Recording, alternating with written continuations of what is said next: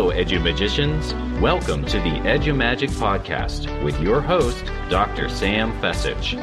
Dr. Sam is a professor of education, author of EduMagic, and a pumpkin spice latte fan. This podcast is designed for pre-service teachers.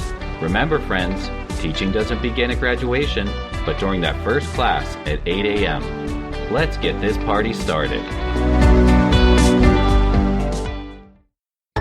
I'm Dr. Molly Ness, host of the End Book Deserts podcast, a part of the Education Podcast Network, just like the show you're listening to now. Shows on the network are individually owned, and opinions expressed may not reflect others. Find other interesting education podcasts at edupodcastnetwork.com. Hey EduMagicians, it's Sam, and before we start into this episode, I want to share with you about an amazing resource. It's called the Educator Candidate Member Portal. AAEE provides you with resources such as virtual job fairs, a job board, interview tips and prep, resume building, webinars. You can even get a copy of the Job Search Handbook digitally. So head on over to aaee.org and create your free Educator Candidate Member account today.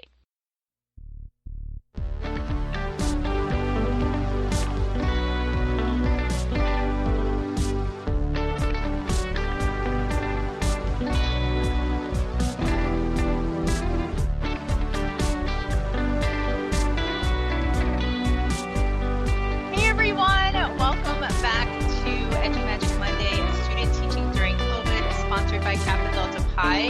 We have a new time for today's session, so I'm so glad you guys waited on the line for us. Today we have Erin Healey joining us today, and Erin is an amazing educator. We met, I want to say, like 2 years ago on Twitter, and then we hung out at ISTE in Philly, and it was fantastic. And then she got married and got a new last name, so I had to find her again. But Erin is an educator. She's an English teacher over at Cherahoe High School. And she's also the founder of the Young Educator Society of Rhode Island, which is phenomenal. So if you are a Rhode Island educator, or if you know of one, they need to join this organization. It's fantastic for support for future teachers, current educators up through year 5, year 10? Year 10. Year 10. Excellent. Awesome. All right. So Erin's here and she's going to share with us about Instagram, our new teacher bestie. I'm going to drop in our chat here a link to our Padlet. If you guys want to join in on conversations, share some ideas, maybe drop your Instagram handles. That'd be so cool. All right, Erin, the floor is yours. All right. Thank you so much. Thank you so much for the introduction. My name is Erin Healey. I am currently still in my classroom in Cherahoe, and I'm really excited to talk to you guys today about teacher Instagram, or teachergram, the colloquialism. I would like to cover why it's important for you guys to all be hopping on to Instagram and setting up your teacher profiles now, especially while you are student teaching, what you can be doing on Instagram and some things that maybe you should stay away from, and then how to really get involved in this awesome community that is found on Instagram for educators. So a lot of you are probably already on Instagram just because it is probably one of the most popular social media tools for our generation. And I know it is, a great way to share photos with friends, events, back when we could have events before COVID-19. But there is a really burgeoning space for teachers to share lesson plans, classroom decoration, inspiration, resources that are free, or links to resources that you can find online elsewhere, getting some really good feedback from veteran teachers, especially while you're student teaching. That's a really great tool. And it's easy because you probably already have it on your phones and you can just, keep on your usual scrolling routine, but learn a ton as a beginning educator. You're probably told by a lot of your college professors that keeping social media private is really important for teachers. I mean, there's horror stories from every grade level of something getting into the wrong hands, and then teachers having their careers taken away from them by what they're putting online. My first teaching position, not here, but I actually got my first teaching position because somebody had been fired for social media posts getting into the wrong hands, getting into students' hands. But there are ways to set up boundaries between your personal and professional life that can help you grow and grow your professional presence online, and still use Instagram the same way you use it with your friends. So some things that I would do would be to set up 2 different Instagram accounts. Instagram has also made it really convenient recently to switch back and forth between different accounts. So if you have a personal account, great. I would maybe make that as private as possible and then set up a new one with whatever name or grade level you're interested in teaching. My name did, my Instagram name did change, as Dr. Fessich was saying in the beginning, because I did get married. So maybe picking something that does not necessarily involve your name, if you are intending on changing your name when you get married, would be good. But something like, creative in 5th grade, or like middle school awesomeness. Those are very, a little bit more vaguer usernames that you can use that don't necessarily have to be changed if you go through any sort of life changes. Once you have your teacher Instagram set up, a lot of teacher Instagrams are generally public because it allows people to pop in, see what's going on, see if they want to engage in that sort of community or network, and share with other people. Some of them are private. Like, I'm going to talk about Michaela Fisher, who's a teacher up in Boston. She's given a couple great resources that I've linked later on the slide deck. And so I know that hers is private just because she has a much larger network than someone like I do. But you can always check out my Instagram, and I'll have the username linked a little bit later. You can see that it is public, because maybe a 5th grade teacher does not want to follow a 9th and 10th grade English class Instagram, right? So keeping those boundaries in the privacy settings is the first big step. And then the next thing I would do would be to start, even if you don't want to make a teacher Instagram right now, you can do this on your personal one. Just look for some hashtags like COVID, teaching in COVID, or classroom decor. Like, there's all those hashtags you can follow from your personal account or your new teacher account, and start to get some idea of what is being shared in this space without necessarily creating a whole new Instagram profile. And then if you do create a whole new Instagram profile, it's a great idea to get connected. I've met a ton of amazing educators through Instagram, and we swap resources, ideas, especially right now when everyone's in their own silos in their classroom. It's great to reach out and to have an avenue on Instagram that I'm already very comfortable using to do that connection. So as you're setting this up, so those are just some things about like why it's important, but as you're setting this up, it's really important to find your why. Why are you getting involved and getting connected on Instagram? Are you doing it to share the awesome work from your students, which is great? Are you doing it to get inspiration for your classroom? Are you doing it to share your own resources? Are you doing it to promote your teacher pay teacher account, which is all great? We have to identify your why, and then be open about sharing it with other people. Follow your mentor and start a DM conversation, right? Once you find the central reason for your teacher profile, I think that'll also really help, the hashtags you follow in the community you really start to build on Instagram. It goes both ways. Instagram, kind of unlike Twitter. Twitter is like you can put something out there and then it can be interacted with by so many people, right? The likes, the retweets, the conversations, the Twitter chats. And it's a little more two-way street on Instagram, because not only are you learning and following other teachers to share resources, check out inspiration, connect, but you're also sharing either what you're doing in your classroom. You can share your latest project to get some super supportive and non-evaluative feedback from other teachers in your career. You can ask questions and have that dialogue in a way that you don't really see a lot of on Twitter. You can always, DM somebody on Twitter too, but you can't share a link to a resource or to an image of something you want to get inspired by with somebody else on Twitter as easily. It is also a platform that everyone's familiar with. Everybody, in your classroom in front of you, and also surrounding you and your colleagues, is really familiar with Instagram. It's a passive engagement in PD.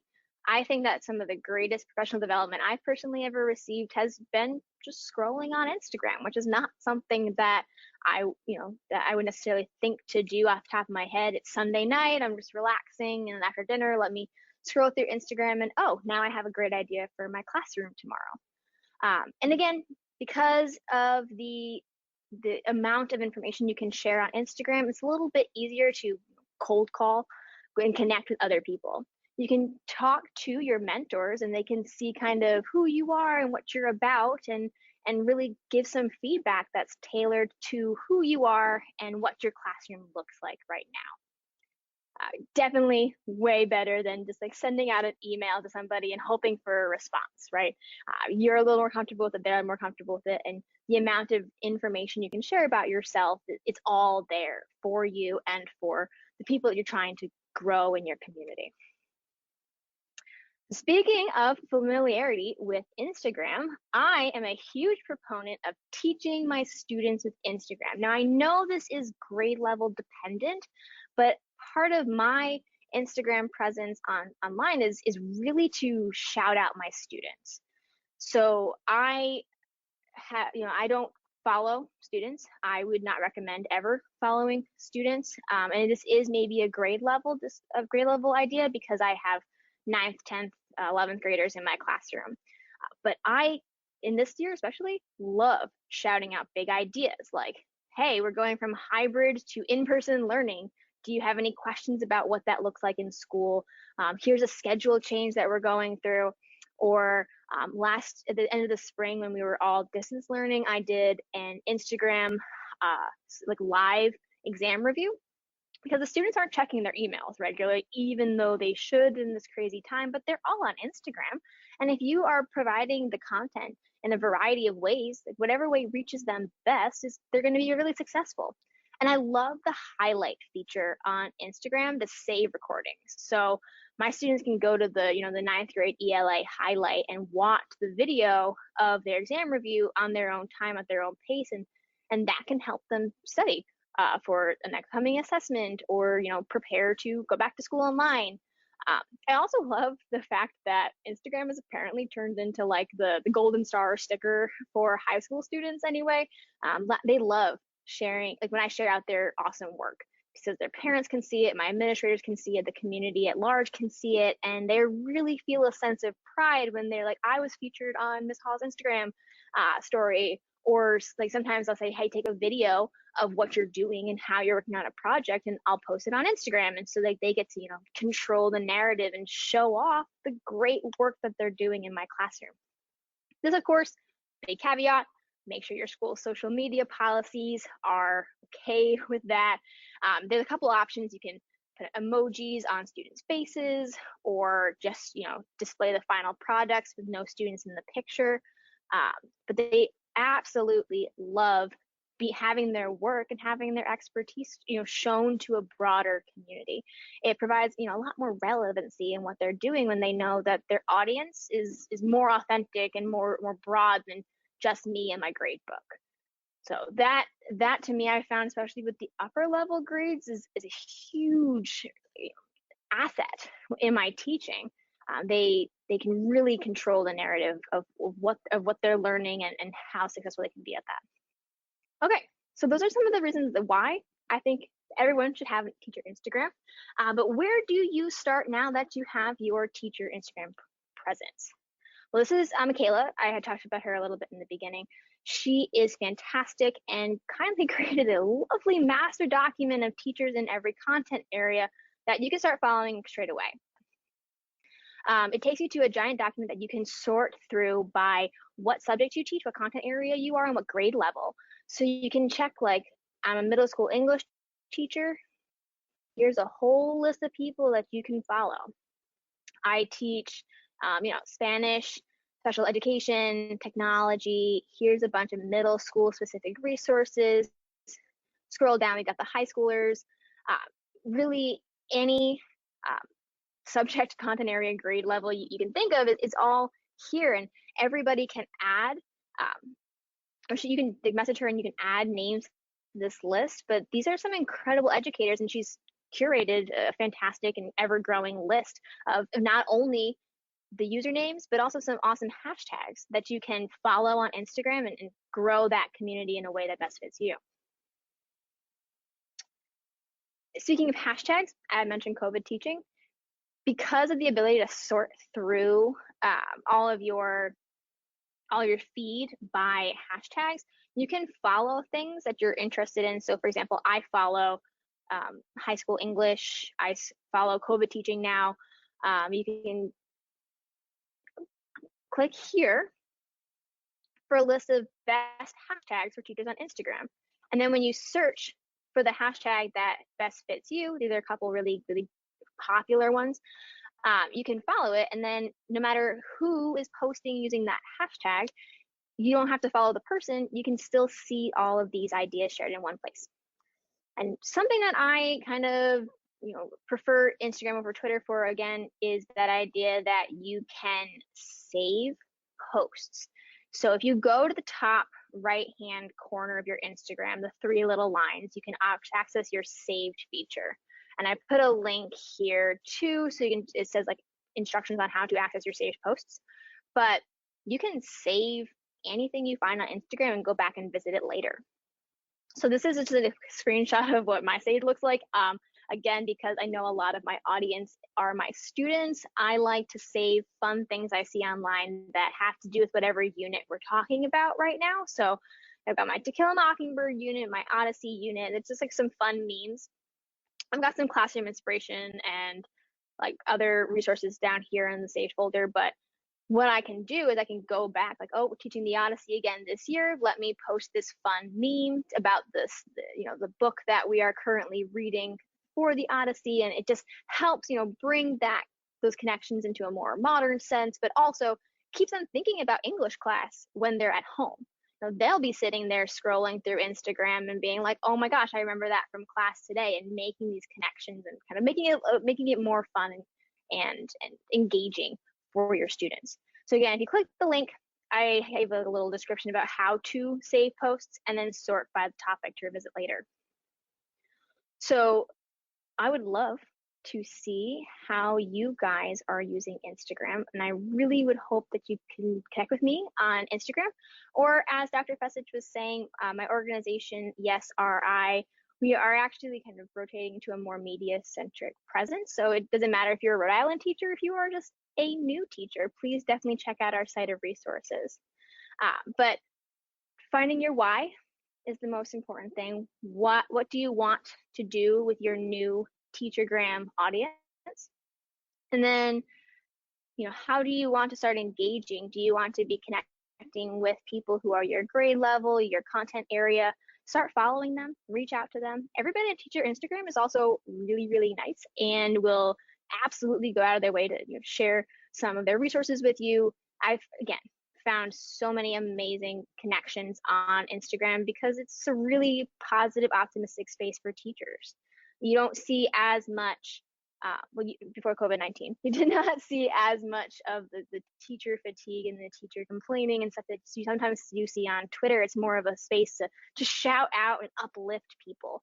And now, honestly, because of COVID-19, it's not that it's a more negative space, it's more of an honest space. And there's a lot of great conversations going on about how people are taking care of themselves and trying to avoid teacher fatigue and distance learning, hybrid learning. It's a great way to stay connected with people because you don't see anybody in your classrooms. And I know that you guys, student teaching experience is crazy right now, so you might not be able to get into your placements right away or to work in a school environment, but there's nothing stopping you from getting a head start and connecting with teachers before you get into the classroom. I know that you also guys have the really, really cool opportunities to do those virtual teacher shadow programs. So this is kind of a way to do that without being school sponsored. You can check in with a classroom, check in with a teacher, see kind of how they're navigating this time and what they're doing with their students, and save those posts and revisit them when you have your own classroom as well. So again, looking forward to connecting with you, and I'd love to answer any questions that anybody has as well. Thank you so much, Erin. This was great. One question that came in was, I'm student teaching. I don't have my own classroom. What do you suggest? How do I get started? If you have a content area specialty or a grade that you're hoping to get into, I would maybe start searching for hashtags and other teachers in that grade level and content area. You don't have to be in the classroom. And I also know, like elementary, middle school, you get that grade level certification, and then you could be put in any grade level really. So maybe starting your teacher profile off as a little bit more vague, maybe your name, maybe Grove City Student Teachers EDU or something, a little bit based about your college. And then again, as you get into your profession, you get a little bit more stable in the next couple of years, you can always change it. It is very easy to change. And it keeps all of your followers and all of your saved and all your archives and everything still together. So it would be a good starting point now. And I think that the sooner you start connecting with teachers, because you're not in your own classroom right now, the more comfortable you'll be when you do get into a classroom, being able to have somebody that you talked to last year as a student teacher, and you can reach out to them with some questions that you might have. And you have those professional networks building before you have a classroom. And also, everyone's willing to help out student teachers. So definitely hop on there now. Yes, for sure. I think teachers are always like, come on, let me help you. Here's some resources. I think it's fantastic. So the links that Erin mentioned, the how to bookmark, the Townie teacher, Michaela, her information, and then the list of all the hashtags are in our Padlet for today. I DM them to everybody, and they're also in our large group chat here. So if you guys want to head on over there to find those links.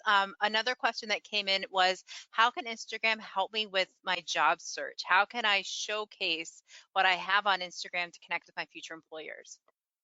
Absolutely. Any project that you are doing right now, whether it's your unit development process, practice lesson plans, recordings of yourself teaching, which are very easy to do now that we're all doing distance teaching. You can just record your Zoom call. Putting that stuff out there will be one of the first things that show up when a future principal is deciding whether or not they want to hire you. When they type in your name, you should have control over what comes up first. And if it's your Instagram account with awesome unit plans, great student work, you're sharing all the stuff that you're doing outside of school, whether you're going to any sort of, you're running an ed chat, or you're going to a conference, or even some sort of virtual event, the more you're showing that you are actively engaging in your profession at the get-go, the more likely you are to get hired. I feel really, really strongly that you should be able to control the narrative of, if someone is searching your online presence, which they do now, the first thing that comes up shouldn't be that Instagram from your senior year of high school, right? It should be something relevant, professional, and showing your best foot forward. And if you have as many sort of professional education related social medias, Instagram's again a great one because it has the literal video, photographic evidence of your continued knowledge. That's going to really stand out in a crowd. Absolutely, it will. Yes, thank you, Erin. This is fantastic. Can you share a little bit more about YesRI for our audience today, and how we can check it out, what we can find there, and all the awesome resources you guys have to offer now, educators from anywhere?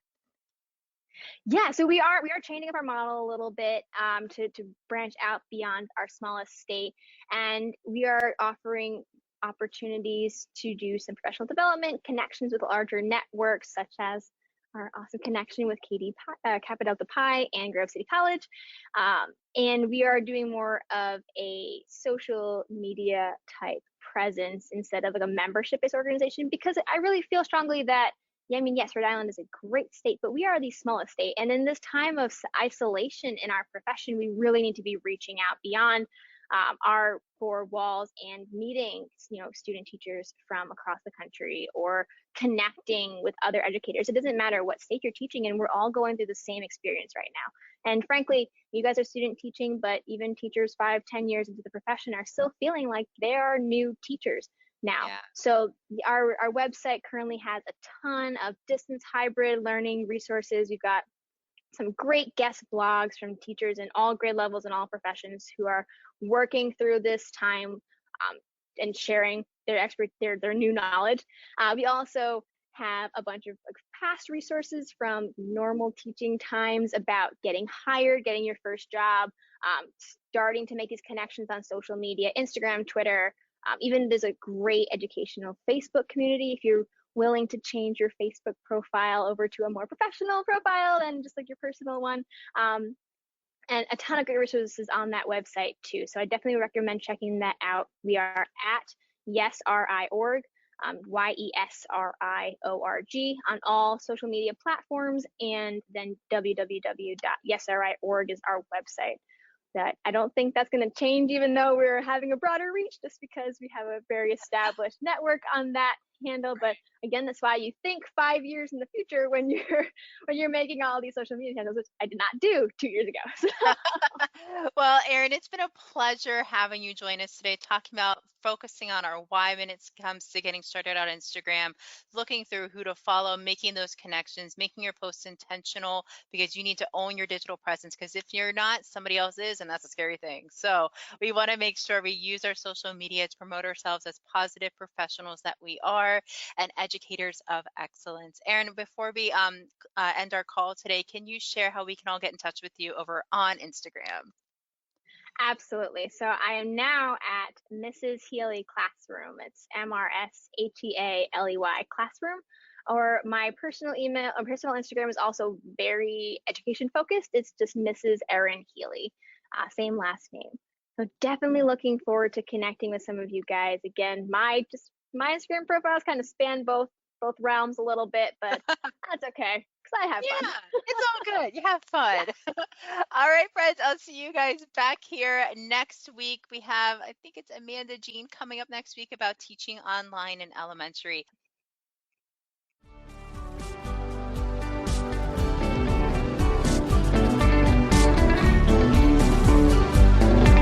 And there you have it, EduMagicians. If you enjoyed this episode, please subscribe and share it with your friends. For more EduMagic, check out sfessage.com and follow Dr. Sam on Twitter and Instagram at sfessage. Until next time, you have the EduMagic within you.